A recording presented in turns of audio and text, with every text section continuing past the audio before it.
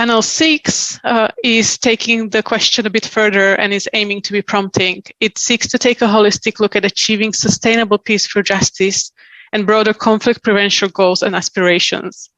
The experts are asked to share their reflections on how the goals of international criminal justice are being achieved, highlighting their complementing approaches and synergies, and further discussing the missing aspects within the discussion to accelerate and realize the United Nations 2030 Agenda for Sustainable Development. The title of the panel is reflecting on the United Nations Sustainable Development Goals and wider aspirations of sustainable peace through justice. We are hoping to situate the Nuremberg Principles within the framework of the fight against impunity and provide case analysis where applicable. We have another excellent panel of experts in the field and also with practical experience. And the moderated discussion is going to be chaired by the director of the Hague office of the International Bar Association, Ms. Kate Orlowski. Ms. Kate Orlowski is the director of the Hague office of the Bar Association and of IBA's International Criminal Court. She is an American lawyer with over 15 years of experience working in civil society organizations on international criminal justice, where her work has focused on fair trials, gender justice, and international criminal law. Prior to joining the International Bar Association, Ms. Orlowski served as legal officer within the Women's Initiatives for Justice, for Gender Justice. She has an LLM from the School of Oriental and African Studies, University of London, and a JD from the University of California Hastings College of Law, and a bachelor degree from Columbia University. It is our great pleasure to welcome you all here, and Kate, the floor is yours. Thank you very much for joining. Thank you so much, Yolana. It is really an honor to be joining this wonderful forum today, and I'd like to just say how inspiring the discussion has been. So I hope I have great confidence that our panel will be taking it further and broadening it. Without any further delay, I'd like to introduce and welcome today's panelists. Yasmin Suka, who is a South African human rights lawyer and served as a commissioner on the South African Truth and Reconciliation Commission, and also as one of the 3 international commissioners on the Truth and Reconciliation Commission of Sierra Leone. She currently chairs the Commission on Human Rights in South Sudan, established by the Human Rights Council to investigate serious crimes in South Sudan and collect and preserve evidence for future accountability efforts. Ms. Suka also served on the Secretary General's panel of experts advising on accountability for war crimes in Sri Lanka and served as the former executive director of the Foundation for Human Rights in South Africa. Kingsley Abbott is the Director of Global Accountability and International Justice at the International Commission of Jurists, where he leads its global program combating impunity for serious human rights violations.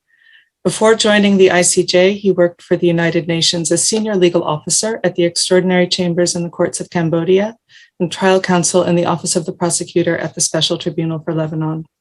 He has also practiced as a criminal barrister in New Zealand, appearing in the District Court, High Court, and Court of Appeal on numerous matters for both the defense and prosecution. And Dr. Juan Botero is Associate Professor at Pontificia Universidad Javeriana Law School in Bogota, Colombia. He holds a doctorate in juridical sciences from Georgetown University, a Master of Laws from Harvard Law School, and a law degree from Universidad de los Andes in Colombia. Prior experience includes service as the World Justice Project's Executive Director and Rule of Law Index Director, Chief International Legal Counsel at the Colombian Ministry of Commerce, and researcher at Yale University and the World Bank. His academic publications focus on rule of law, access to justice, and social policy. So welcome to our panel today. So for this discussion, we are shifting our framework slightly away from international criminal law to the multilateral 2030 Agenda for Sustainable Development. And this was adopted by all UN member states in 2015. The states committed to achieve sustainable development in 3 dimensions: economic, social, and environmental, and to do so in a balanced and integrated manner. The 2030 Agenda sets out 17 sustainable development goals and 169 associated targets, which address a wide and comprehensive range of issues, Among them are ending poverty and hunger, combating inequality, building peaceful societies, protecting human rights, promoting gender equality and empowerment of women and girls, and protecting the planet and natural resources. So today we'll focus most likely on the SDG most relevant to our discussion, which is Goal 16. And I'll just read out the text of Goal 16: promote peaceful and inclusive societies for sustainable development, provide access to justice for all, effective, accountable, and inclusive institutions at all levels. And underneath these are a number of targets. I just want to mention a couple of them: promote the rule of law at the national and international levels and ensure equal access to justice for all, and to strengthen relevant national institutions, including through international cooperation for building capacity at all levels, in particular in developing countries, to prevent violence and combat terrorism and crime. So with that very brief overview of some aspects of the SDGs that may be most relevant to our discussion today, now we're going to dig in to trying to situate the Nuremberg Principles within this 2030 agenda. And to start us off, I'd like to turn to you, Yasmin, and ask you, where do we situate the Nuremberg Principles within this agenda?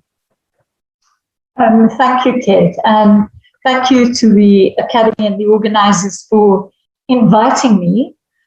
In the context of the work I do in the region on accountability, the Nuremberg Principles and the legacy reaffirm the importance of international criminal law and, of course, individual criminal accountability. And this aligns really with the mandate of the Commission on Human Rights for South Sudan, which I chair. The 2030 Agenda for Sustainable Development, of course, explicitly affirms the notion of sustainable peace and the link between development and peace. And in this context, it draws together the strands of peace, the rule of law, human rights, development, and equality into a comprehensive and forward-looking framework. Justice and accountability, therefore, are core to addressing what are considered to be global risks. And this is corruption, the question of fragile states, and of course, economic disparities. And in the adoption of the 2030 Sustainable Development Agenda, I think there's a recognition of the importance of justice and the rule of law within the wider social sustainable development framework. There is, of course, an important synergy between international criminal law and the fight against impunity to the goals of justice and peace and the rule of law. And of course, in particular, Goal 16 sets out that the promotion of peaceful and inclusive societies providing access to justice for all really requires building effective, accountable, and inclusive institutions, but above all, ensuring justice for victims, restoring their dignity, the right to a fair trial, the strengthening of the rule of law, and addressing impunity, which may strengthen the justice system. But there are, of course, gaps, and one should recall that the Nuremberg Principles are a product of their time. And so the emergence of a global norm on accountability for serious international crimes really focused on what we would call the civil and political rights violations, but ignored the question of the structural root causes of violent conflict. And increasingly, I think what we're beginning to see is the issue of socioeconomic violations, including economic crimes and corruption, which have emerged as central reasons for conflict. And the UN Development Goals, of course, emphasize the importance of the socio-economic and the cultural rights dimension, but they do not deal with the issue which have become important aspects of the transitional justice agenda, and that is the pillars of truth recovery, criminal account. Well, they do deal with criminal accountability, but reparations and institutional reform. And I think in this context, the Commission on South Sudan has, of course, released two groundbreaking reports, one on starvation as a crime against humanity, and also an economic crimes report, which could possibly deal with the question of looting and plunder, and open up this discussion around criminal accountability. We also use the question of a gender gap. And when we look at Nuremberg, there's a really brilliant piece written on silences at Nuremberg, where Hilly Mudrik and Alona Frey, they detail the role of Nazi commanders who were responsible for selecting women and raping them, and also making them available to other SS commanders. And of course, when tired of them, the women were sent to Nazi concentration camps, where they suffered a range of sexual offenses, including forced nakedness, rape, starvation, torture, and inhuman treatment. But while many of these cases were documented, I think, over time, ironically, they were excluded from Article 6 of the Charter of the International Military Tribunal at Nuremberg. We have, of course, seen the conspicuous change, really, in the cultural and conceptual change in the legal recognition of sexual crimes during armed conflicts. And I think the inclusion now and the definition of international core crimes really emphasizes the importance. Another challenge, of course, I think, is the retreat at an international level from criminal accountability and the contestation that exists in terms of cultural and regional complexities. And in this regard, the attitude of many African member states and their stated antipathy for the ICC or any form of international criminal justice has to be addressed. And of course, in my own region, establishing a permanent criminal court has been on the back burner for the last 5 years. I think my final point really deals with the increasing polarization that exists at the international level, and the situations of Syria, Myanmar, more recently Belarus and Sri Lanka emphasize this. These have, of course, led to new mechanisms which are innovative, but I do think raise a range of questions. How do you operate without a court? How do you operate without much political support? And what do you do around the question of resources? And so even though these are amazing, I think in the long term, we're going to have to look at how we address these gaps. I'll stop there and deal with the rest in question time. Thank you. Thank you so much, Yasmin. And indeed, I would love to come back to some of the things that you've raised. But before we move on, I want to give Kingsley and Juan also an opportunity to look at this core question that we're addressing today. Because throughout the forum, there's been a lot of discussion about root causes and the need to address them, and the fact that accountability is only one component of sustainable peace. So I guess my question to you both is there a gap between international criminal law and development? And if so, how do we bridge the gap, or how do we identify synergies? Kingsley, shall I turn it over to you? Sure. Thank you, Kate, and good afternoon, everybody. First of all, thank you to the forum for the opportunity to join this important conversation. As others have said, when Sustainable Development Goal 16 was adopted as a global priority, it was very much welcomed by many people, including the International Commission of Jurists. And that is because it recognized that access to justice is necessary for sustainable development. But I think it's also important to recall that development is not the end goal in itself. Development should be pursued because it leads to the realization of the full spectrum of civil, political, economic, social, and cultural rights. One of the targets of Sustainable Development Goal 16 says to promote the rule of law at the national and international levels and ensure equal access to justice for all. And obviously, this is one of the places in the Sustainable Development Goals where the Nuremberg Principles belongs. And SDG 16 really goes to the very heart of the work of the International Commission of Jurists that we've been doing around the world, promoting and protecting human rights through the rule of law. Since 1952, we've been developing international human rights laws and standards, working with governments for their ratification and adoption, building the capacity of national justice sectors on implementation, and supporting victims to seek remedies and reparations from the courts. And of course, where that isn't possible at home, which is often the case on the countries that I work on, we have helped victims pursue avenues for justice at the regional and international levels. But there are real global challenges at the moment. In recent years, we've really witnessed widening cracks in the commitment of states and other powerful actors to the primacy of the rule of law and human rights as indispensable to making everybody's lives better around the world. We've seen authoritarian and populist leaders and other powerful actors lead a global backlash against the rule of law and the international human rights law framework. Even the very notion of the rule of law is being turned on its head as certain states have weaponized the law to violate human rights while at the same time misusing the concept of the rule of law as some kind of shield from scrutiny and condemnation.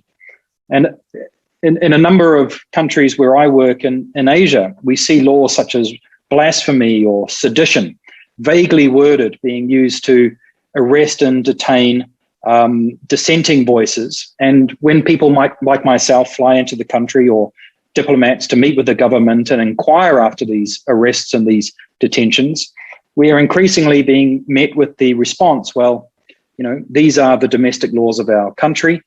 You have laws in your country too. It would be inappropriate for us to intervene.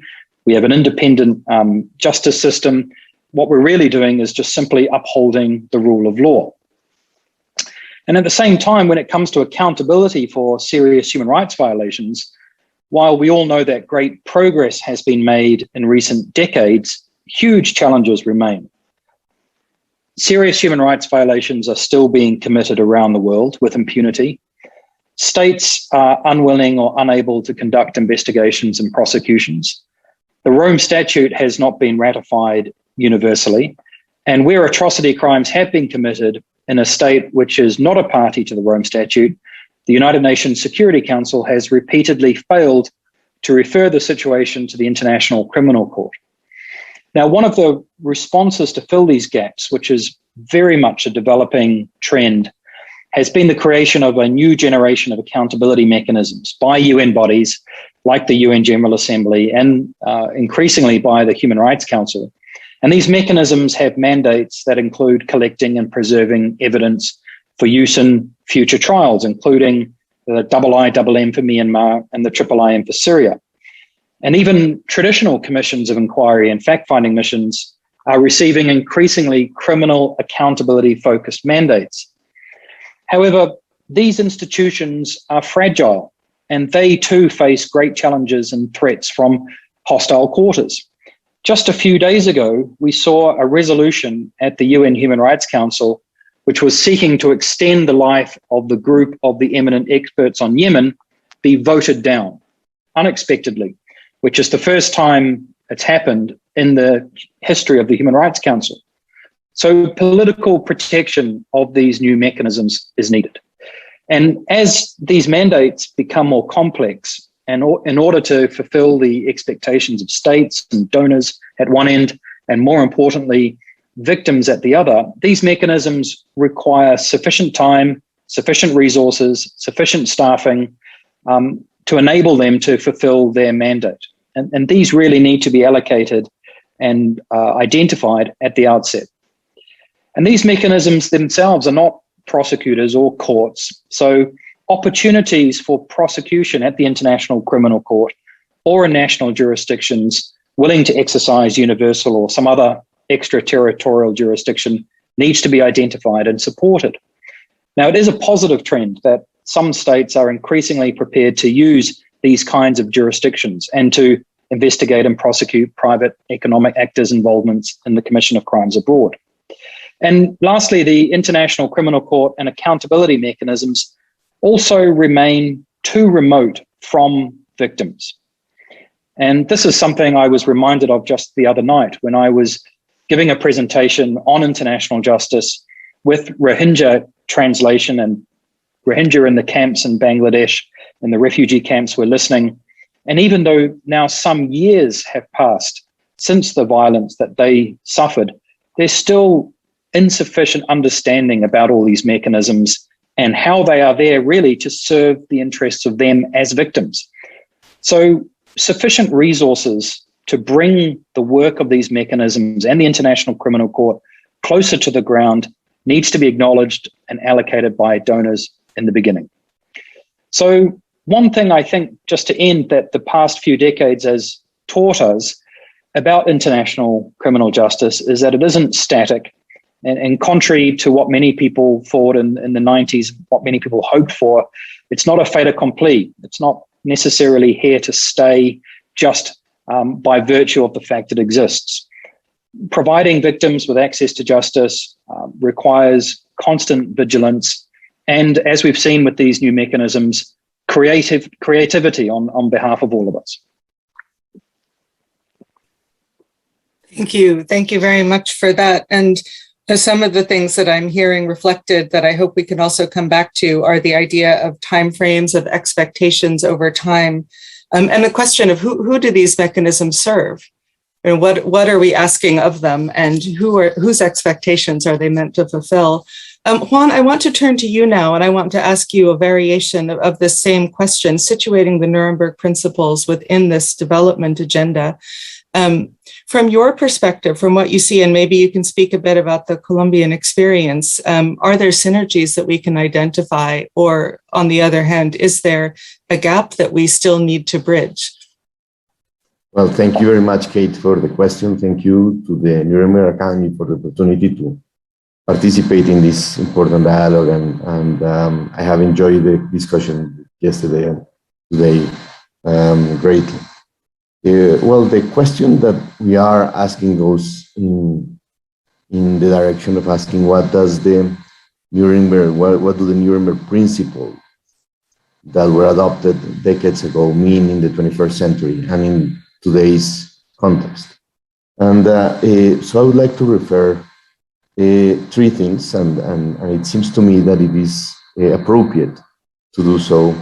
One is, are there gaps in the meaning and the scope and the objectives of the purposes of the fight against impunity and accountability as the principal purpose of the Nuremberg Principles and the International Criminal Framework and the development agenda, and in particular, attention between restorative justice and accountability. The second is when many of us in this forum spend hours and hours and hours, many hours working in the background to have the USDG 16 goal adopted. And I remember in these endless sessions at the General Assembly and elsewhere, the fight was often termed in the need to advance the rule of law at the national level, but also at the international level. So are there gaps in the rule of law on the international level that affect accountability, and in particular the absence of very prominent states in being subject to the jurisdiction of the International Criminal Court? Third is the fight against impunity and how the principle of complementarity plays in a case like Colombia, where we have this, of course, the Peace Court, the Jurisdicción Especial para la Paz, and which is a very sophisticated, complex framework, which was set up to be the right, perfect balance between achieving the minimum necessary justice to achieve the maximum possible peace. So this balance between peace and justice and how it plays out.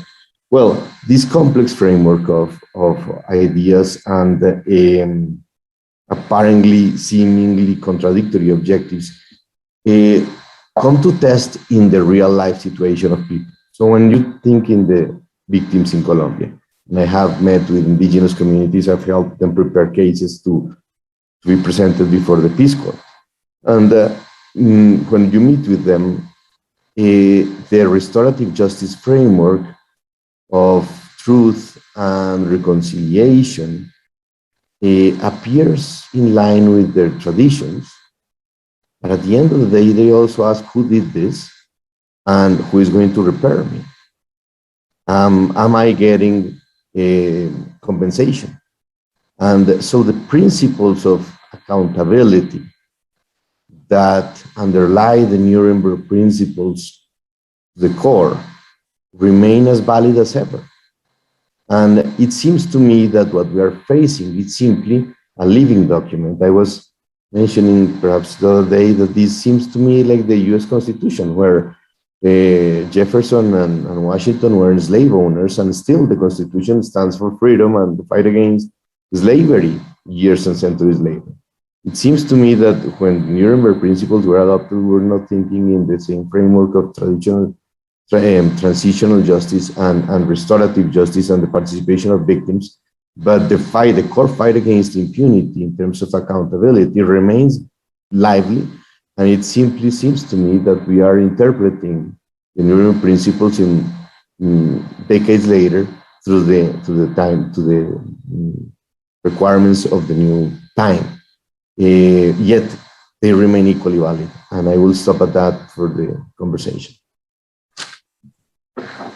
Thank you so much, Juan. And again, something that I hope we'll come back to is the question of different and possibly competing frameworks, and how do we prioritize and sequence and assess the right time and resources to go towards each of these modalities of transitional justice, so to speak.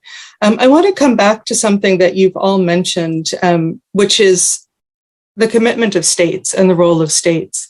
And what I've been hearing, and over the past day or two in particular in other panels, but also in what you've all said, is a tension between states' commitments. We've got a commitment in the Sustainable Development Goals that's quite broad and far-reaching, and we've got commitments in the setup of a range of mechanisms, including investigative mechanisms, regional courts, fact-finding bodies, attention and how they're acting in respect of these commitments. So the level of state support, which can fluctuate, how are decisions being made in terms of where resources and attention go? And Yasmin, you mentioned polarization, which I think is a dynamic that's worth exploring a bit more. And also the structural component of some of the issues that we're trying to address with accountability mechanisms. Can I ask you to talk a little bit more about the role of political actors and states? Thank you. So, an example really for me is, the Commission on Human Rights for South Sudan. Initially, its establishment was part of a joint resolution by the country concerned and, of course, the Human Rights Council. But it came out of the fact that the African Union actually established its own commission of inquiry after the 2013 violence in South Sudan. And in terms of the recommendations of that report, the African Union agreed to establish an international hybrid court with, of course, two other transitional justice measures, a truth commission, and, of course, a compensation and reparations authority. Now, the African Union was, of course, entrusted really with the responsibility of setting up that court. And in fact, if you look at other international bodies, there was a certain amount of deference paid to allowing a regional structure to take responsibility to some extent for criminal accountability in the region. Now, that was 2015, and the idea of a commission to collect and preserve evidence to support the work of a future prosecutor, that really came out of the notion of building this complementarity between the international system and international framework of justice, but also taking into account regional sensitivities. It has been many years since the discussion on the court has taken place, lots of donor support, but actually nothing really for victims. And in fact, what you see in South Sudan is an increasing tendency to really dilute the notion of criminal accountability and to focus really on the question of a truth commission as a way of ameliorating, in their view, the opposition they may face in the international arena, and at the same time try to deal with victims' aspirations. But when you speak to victims, both in displaced camps, in refugee camps, the abiding issue that comes through is this question of criminal accountability. Those questions of who did it, why did it happen, who's the government going to hold responsible, how do we deal with the political elites who are interested in continuing to incite conflict because it allows them access to the resources of the country. These are really vital questions when we talk about building sustainable peace. But states in the region have an increasing tendency to prioritize what they perceive to be as a softer option, and that is setting up a truth commission almost as a substitute for justice. Now, of course, we've also seen the development over the last 2 decades where there's no either or, but really complementarity between these institutions. And so I think from that perspective, we're beginning to see the notion of sequencing really as a way of avoiding any kind of criminal accountability. Now, what happens, of course, in the international framework is that you also see the polarization of states, and that has also come from the bitter debates around the International Criminal Court. And despite the fact that you had 34 African states initially join and ratify the Rome Statute, increasingly you're also seeing the retreat from international criminal justice. And that is mirrored really in the Human Rights Council and in the polarization of resolutions that are being put forward, where states are not responding to the needs of victims or the expectations of justice and accountability, but rather to political interests, and where they actually vote in blocks. And so the Yemen example, I think, is one repercussion of that. And I think that's the increasing tension that we're beginning to see. And of course, you also have powerful states who also block, I think, any efforts at this kind of international accountability. And what do they say? It's the issue of sovereignty. So this question of political will and the framing of the questions, when you think that the global order was really set up to deal with justice for victims, that the Human Rights Council, the reason it transitioned from the Human Rights Committee was to really centralize the notion of the voice of victims. But that is rapidly disappearing. And I think that poses a great challenge to this framework of justice and accountability, and ultimately peace, really, because peace cannot come without that accountability.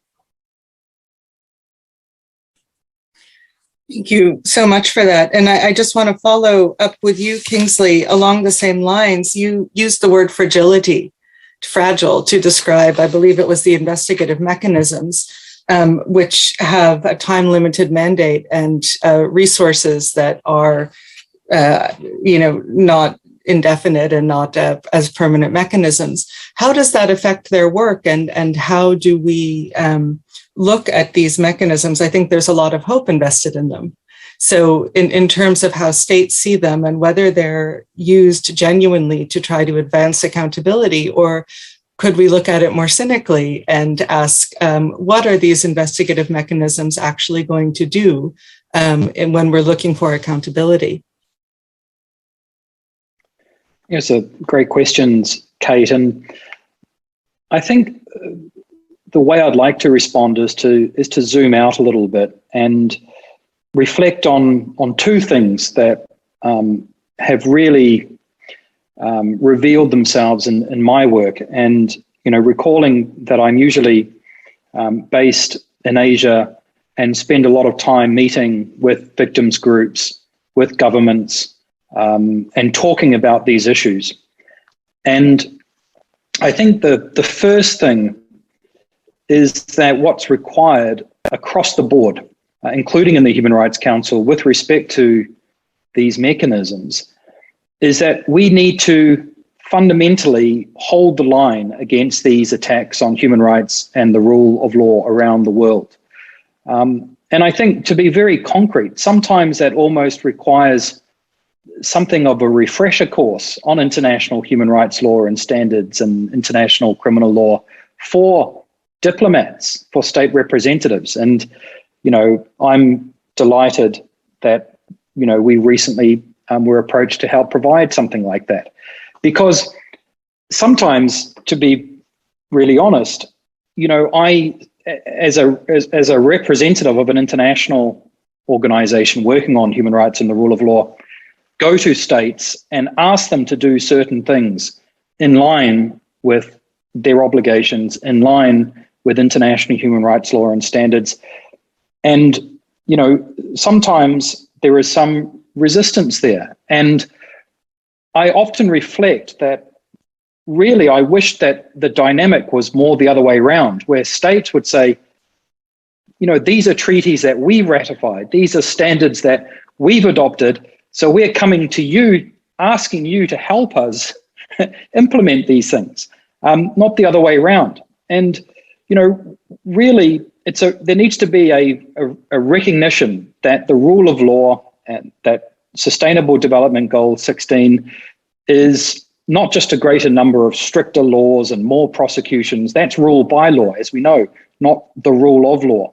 The rule of law is a dynamic concept. It should be employed to safeguard, advance human rights, and it involves a range of things: the separation of powers and governance, the independence of judges and lawyers, as well as their accountability, the right to a fair trial, the principle of equality before the law, and so on. We really need to hold the line on this very elaborate, deeply thought out international human rights law framework that exists and provides a lot of guidance for all of us when we're confronted with these issues. I think the second reflection that I would have, relating directly to ICL, or international criminal law, is that we really need to, for once and for all, as Yasmin Suka was saying, learn the lesson that there is no peace without justice.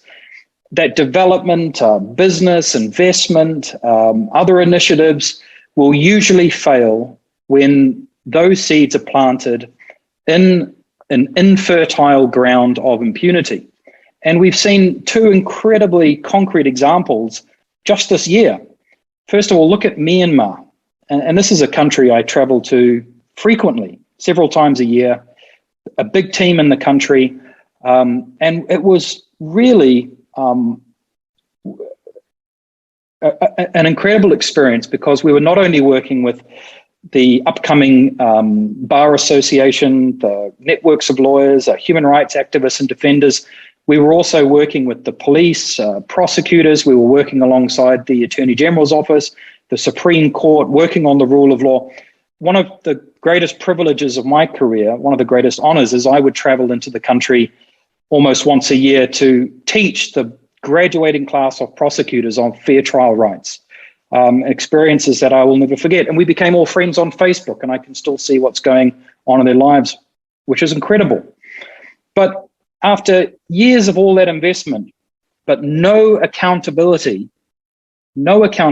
for the serious human rights violations that credible bodies like the fact-finding mission revealed, the army is back in charge of the country, and it literally happened overnight. And a lot of people said, well, that's enormously surprising, but it's not surprising. It's the same men who were allegedly committing crimes against humanity, genocide, war crimes, not back in the 1960s or 1970s, although those allegations there, but according to the fact-finding mission, ongoing as we were sitting in the country.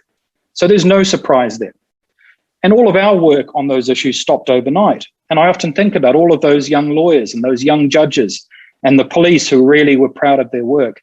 It is all on pause because there was no accountability. It's a textbook case. And look also at Afghanistan. Decades, it's complicated, so I don't want to be overly simplistic, but decades of investment. And now the Taliban is back in charge. And one of the reasons for that is a lack of accountability. It's the same people coming back because they weren't deterred from committing violations again. And in both situations, Myanmar and Afghanistan, there were a lot of people around who were urging, as Yasmin Suka said, some kind of sequencing. It's a very delicate situation. Let's have a truth commission and we'll get to criminal justice later. But as the Secretary General of the ICJ said the other day in another panel, because he worked very closely on Afghanistan, is usually when criminal justice is last in the sequence, you never get there. It never quite arrives at that point. So, same in Myanmar, talk of a truth commission. But Myanmar was not a country in transition. It wasn't ready for a truth commission. And, even if there is such a thing, which is very important in the right contexts, we have principles like the principles against impunity, which say, great, but not at the cost of criminal justice, which should be running in parallel. So I'll just end on that point by saying, I think just those two reflections. One is that really we need to hold the line on the international human rights framework, the ICL framework, and reaffirm our commitment to it. And secondly, we have to learn the lesson that there is no peace without justice. And 2021, I think, has really driven that home. Thank you, Kingsley. And I want to turn to you now, Juan, because you also mentioned a preference for restorative justice at one point. And we've just heard some, I think, reasons to examine sequencing, how we sequence, what we bring at what time. Can you reflect a little bit more on this? And you had mentioned also, I think, the victim's perspective, that there is, not only for the reasons that Kingsley just outlined, but a real appreciation for formal justice. So how do we continue to support that? Well, thank you, Kate. The question that you asked me brings me to thinking in the past 20 years of my life, because I have, well, for most of the past 25 years, I was like an international level. I work in international organizations, international NGOs, going from country to country, living in a plane, here today in Myanmar, the next day in Ghana. And from that perspective, I wrote and I have published papers saying that the overwhelming focus on accountability and retributive justice of the ICL was missing the fundamental important aspect of restorative justice that is present in traditional customary justice authority systems from Liberia to Bolivia.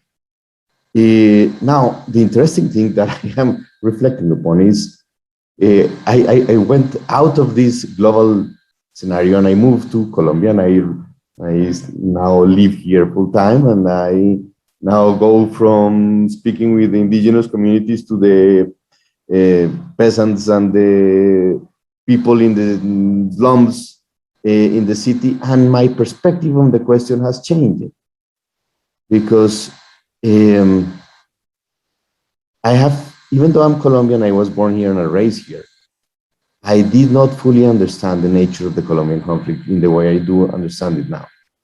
And some fundamental aspect that I think the international level misses sometimes is this, in the particular case of Colombia, is how the powerful private interests are at play underneath the conflict. And in the case of Colombia, it is a fight for natural resources and land grabbing, essentially. And land is the variable that runs through, is the core of the conflict.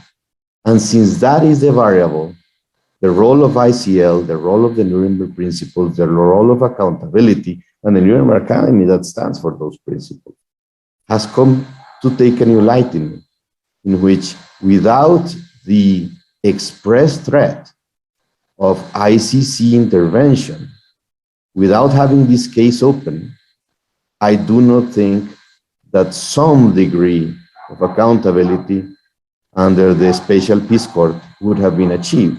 And more importantly, the fact that the threat remains of pure, direct, simple, retributive justice accountability is still a powerful deterrent for violations that are pervasive and have been in my country. outrageous and brutal to get even worse. So both from the perspective of the victims with whom I have spoken in different settings in the country, and from the perspective of the realization of the broader context of the Colombian conflict, it seems to me that the fight against impunity and the Nuremberg Principles remain more valid than ever. Thank you very much. We have time, I think, for one more question to each of you. And I think it's going to be hard to wrap this conversation up just because of the depth of all of the interventions you've made so far. So I want to pose a different forward-looking question to each of you. And Kingsley, I'll start with you. I want to come back to the SDGs and the long-term investment that's going to be required by 2030 in order to realize the goals that have been set out. So from your perspective, I want to ask what's needed for this and how can international criminal law contribute?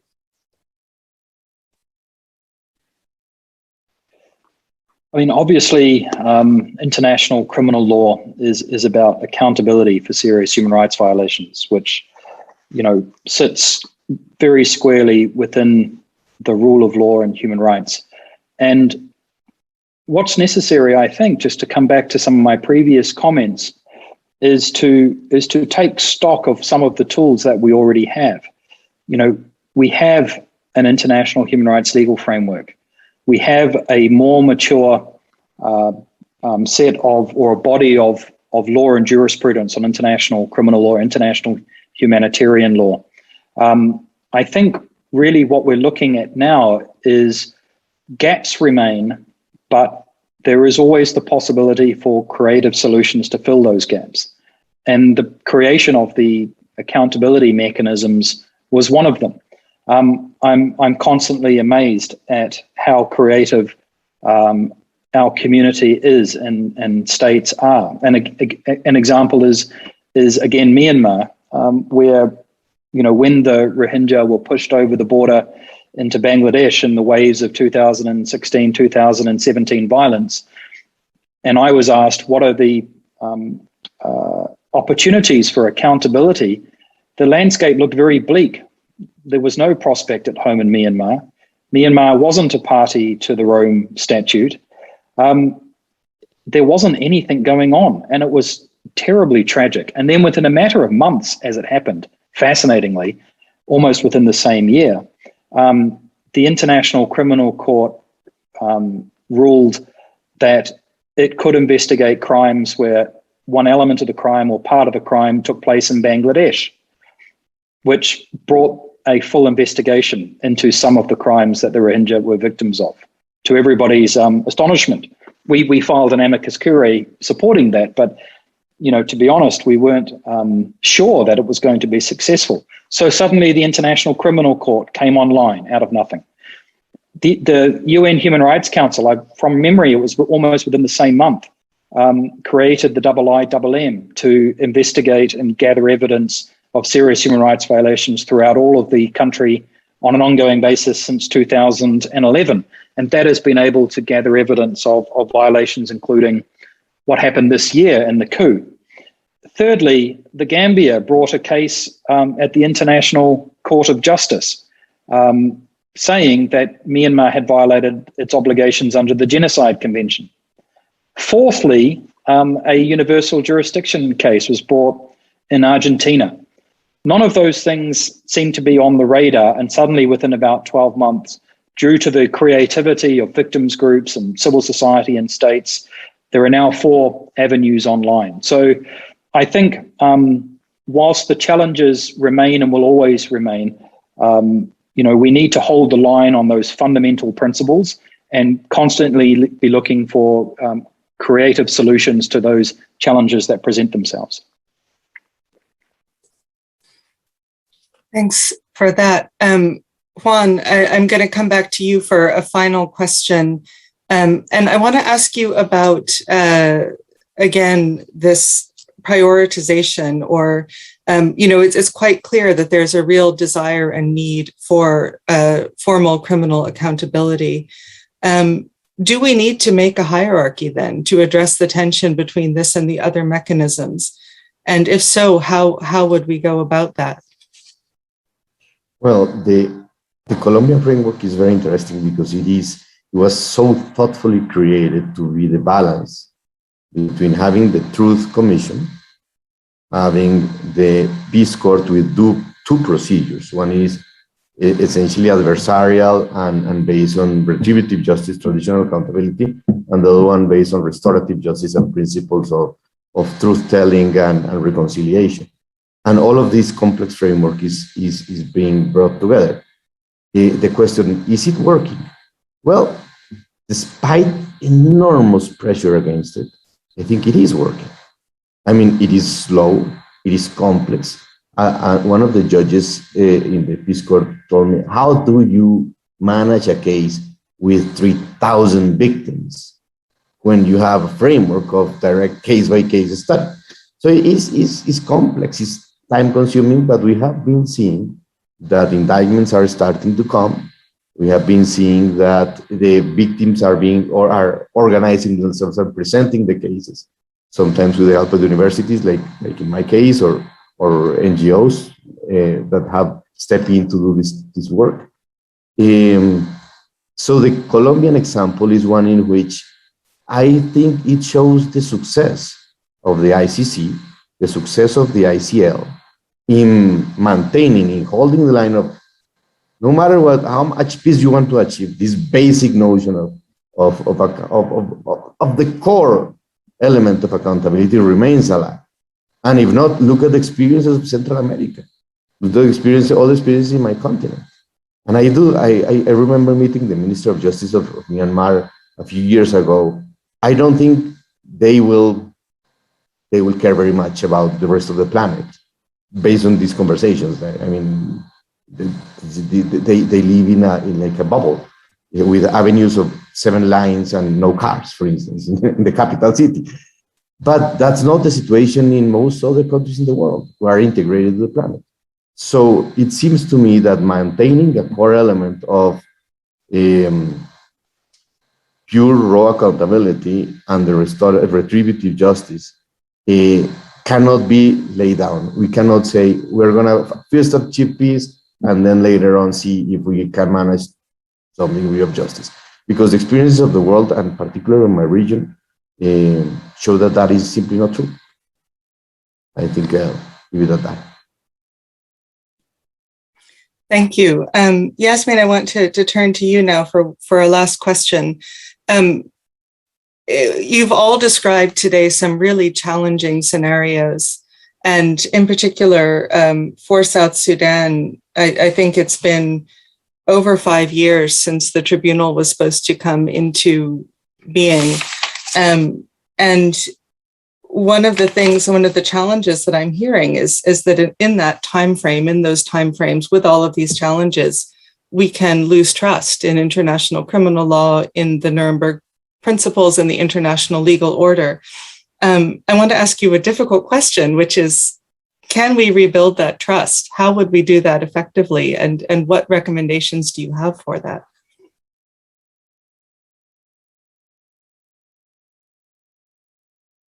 You're muted.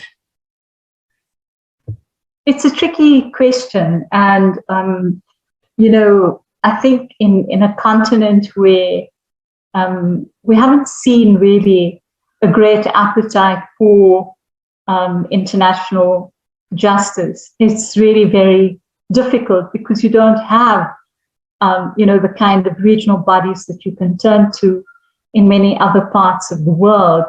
And I think that really, apart from the case of the Gambia and Sierra Leone, where you've kind of seen this hybrid of international justice, you don't really see it in the rest of the region. Although I think in Kenya, you're beginning to see some really interesting models of complementarity with the ICC.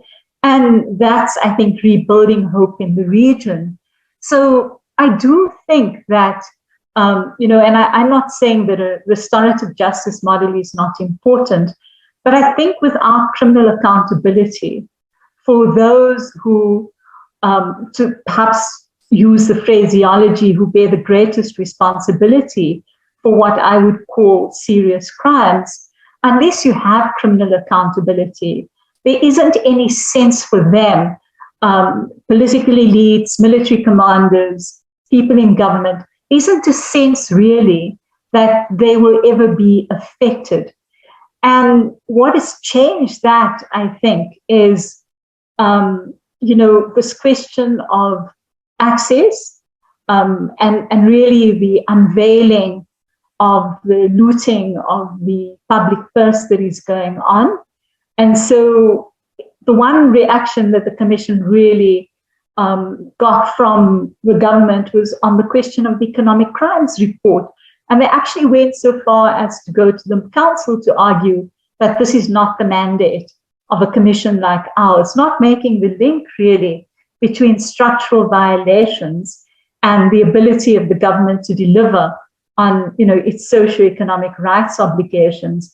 So I think that, this has been a groundbreaking moment because the anger that it unleashed at the level of the political elites has restored the confidence, really, of ordinary people in South Sudan who are beginning to see that actually, if you begin to think about different accountability models, you can actually begin to have an impact. And I think that besides the sort of new mechanisms, which the idea that you can do investigations and you can collect the evidence and hold that for future prosecutions is such a powerful tool. In many of the refugee camps that I visited, people would say, so why should I trust you? This court seems to be such a long way off.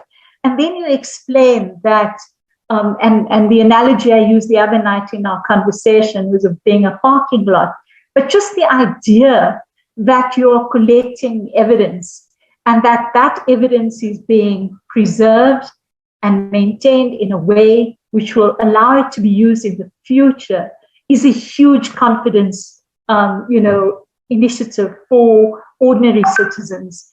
And that has certainly made, I think, the support for the Commission, both in the region and in South Sudan, an important one. And so I think that, as both Kingsley and Juan were talking, I was thinking about this question of power imbalances. And really, when we talk about victims, this is what we're dealing with. Imbalances in being able to reach out for support. But the other is a question which I think we haven't begun to talk about yet, and that is the structural impunity. And in this debate, when you have decades-long impunity in a country and you don't begin to deal with it, I think you have Myanmar and you have a number of other countries around the world.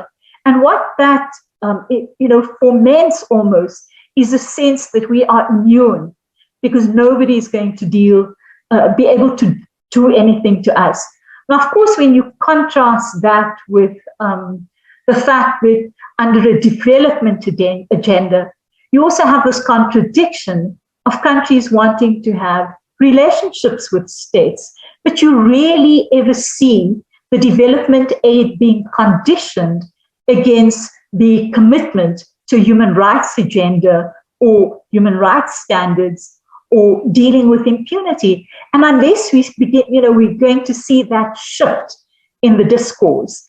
I think what you're going to continue to see is structural impunity. And I think questions about, how do member states address the fact that when a country is unwilling to take on its obligations at domestic level, at what point will the international community step in? And I think that increasingly we are moving into a terrain where technical capacity and workshops and signing commitments that you're going to observe, the principles of international law, that has become increasingly a tool used by both member states and agencies. And I think at the end of the day, there's a gap in terms of holding people accountable. And so unless technical assistance, development aid is conditioned to a commitment to addressing impunity, I don't think we're going to see a change in the long run. And so Nuremberg, I think, is as important now as it was more than 70 years ago, because unless you put leadership on trial for what they do to ordinary citizens, who they use as fodder in their battles, you're not really going to see a change, I think, in the landscape. And so, the African Union's mantra was silencing the guns by 2020. You just have to look at where the range of conflicts are and violations to look at how, unless there's political will at that regional level, you're not going to change things.